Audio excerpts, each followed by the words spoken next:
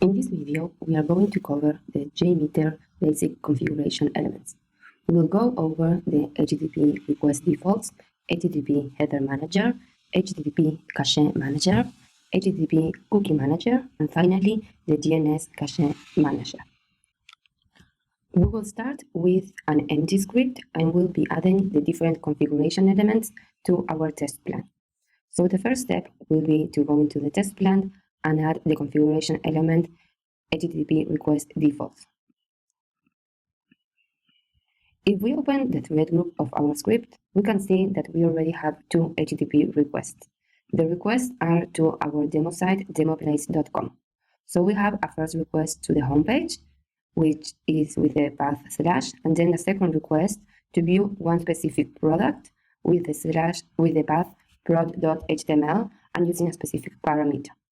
So now what I would like to do is to set the values in the HTTP request default and modify the different requests of my thread group. So what is the goal of using the HTTP request default? The main aim is to avoid data duplication in tests and to make the test plans more easily maintainable.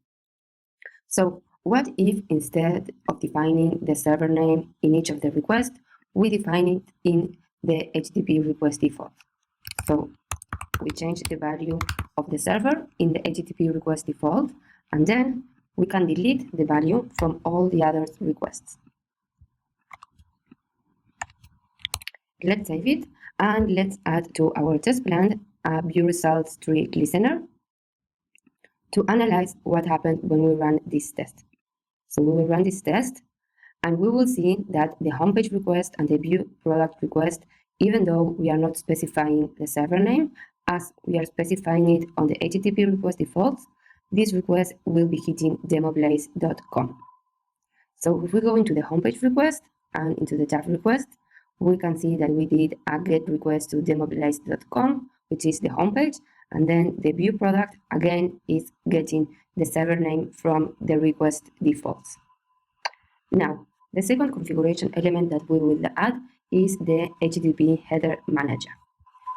So the header manager lets you add or override HTTP request header. It specifies a list of HTTP header that will be added to the HTTP samplers on the JMeter test plan. The header will be added to those samplers which are on the scope of the HTTP header manager. So let's add an entry to the HTTP header manager by clicking on the button Add Header. So our first header will be the header accept language, and the value will be English. This header will be added to all the HTTP samplers which are on the scope of this header manager. Let's run again this test and see what happened to the header of our request. So while this test is running, I want to show you the first time that we ran this test, what were the headers involved.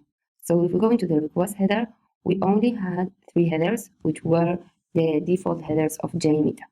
Now, when we run it the second time, a new header was added to our HTTP request, which is the one that we defined in the header manager. Okay, let's add now our third element, which is the cache manager. The HTTP cache manager is used to add caching functionality. If you want a reduction of traffic over the internet, then one such item is the caching of resources downloaded from the network for use in the subsequent request without triggering the web server. The first time you test, when a certain URL is requested from the server, JMeter saves the results to RAM. Every resource file has the HTTP header with the name last modified, which indicates the date and the time at which the origin server believes the variant was last modified. Before executing the next sampler, the sampler checks to see if there is an entry in the cache, and if so, the if last modified and if none match conditional headers are set for the request. Okay, let's check now on the configuration of the HTTP cache manager. By default, the cache manager will store up to 5,000 items in the cache for each virtual user thread. For clear cache each iteration, if it is checked, then the cache is cleared at the start of the thread. If the second option is selected, then the cache control expires value is checked against the current time. If the request is a GET request and the timestamp is in the future, then the sampler returns immediately without requesting the URL, and as a result, the response is returned from the cache with a much shorter response time. The next configuration element that we will add is the cookie manager, and the cookie manager will store and send cookies as a web browser. If you have an HTTP request and its response contains a cookie, then the cookie manager automatically stores that cookie and it will use it for all future requests. Each JMeter thread has its own cookie storage area. So if you are testing a website that uses a cookie for the session information, each JMeter thread will have its own session. In the configuration of the cookie manager, we can select either to clear or not the cookies after each iteration and select which cookie policy we will use to manage the cookie. Also, we can manually add a cookie to the cookie manager by clicking on this button, but consider that by adding a cookie manually, this cookie will be shared by all JMeter threads. Now, let's see an example of how a cookie is stored from an HTTP sampler and used for a future request without creating it manually on the cookie manager. For this demo, I added to my thread group a third request, which is the login request. If the login is successful, I will obtain on the response a cookie with the token, and then I would like to use that cookie for the feature request homepage. So let's run once this test to analyze what happened. We have the login request, and if we go into the response data, response headers, we can see that two cookies were created from the login request, the token and the session. Now, if we go into the homepage request and let's see the request, you can see that the cookie data was added to the homepage request with the token and the session. Okay, let's continue now with the DNS cache manager. So let's add it to our test plan. So DNS is also known as the domain name server, and it's a naming system for computers which converts human readable names like, for example, demobilize.com to an IP address like 93.18, etc. For example, if you open demobilize.com in your browser, it does a DNS lookup of the associated IP address. As such, the actual request is made from your computer's IP address to the Blaze demo server IP address. We have different configurations for the DNS cache manager.